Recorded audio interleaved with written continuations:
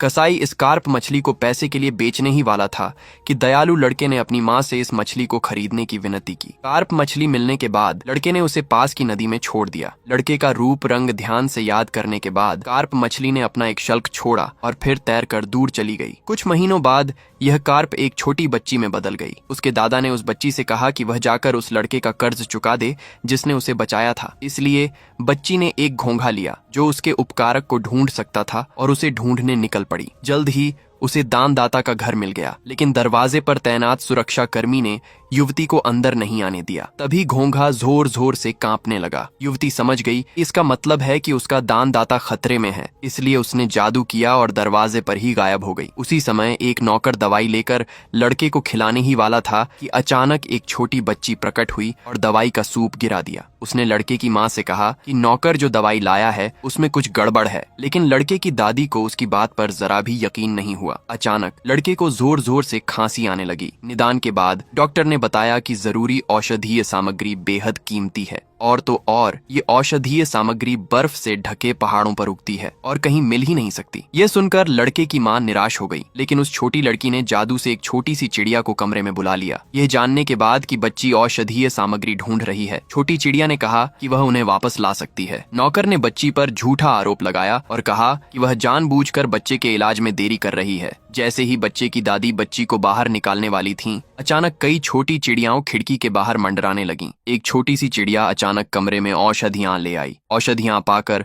उस छोटी लड़की ने जादू से औषधियां लड़के के शरीर में पहुंचा दी। कुछ ही देर में बेहोश लड़का जाग गया। वह नौकरानी बहुत क्रोधित हुई, क्योंकि यदि लड़का जाग गया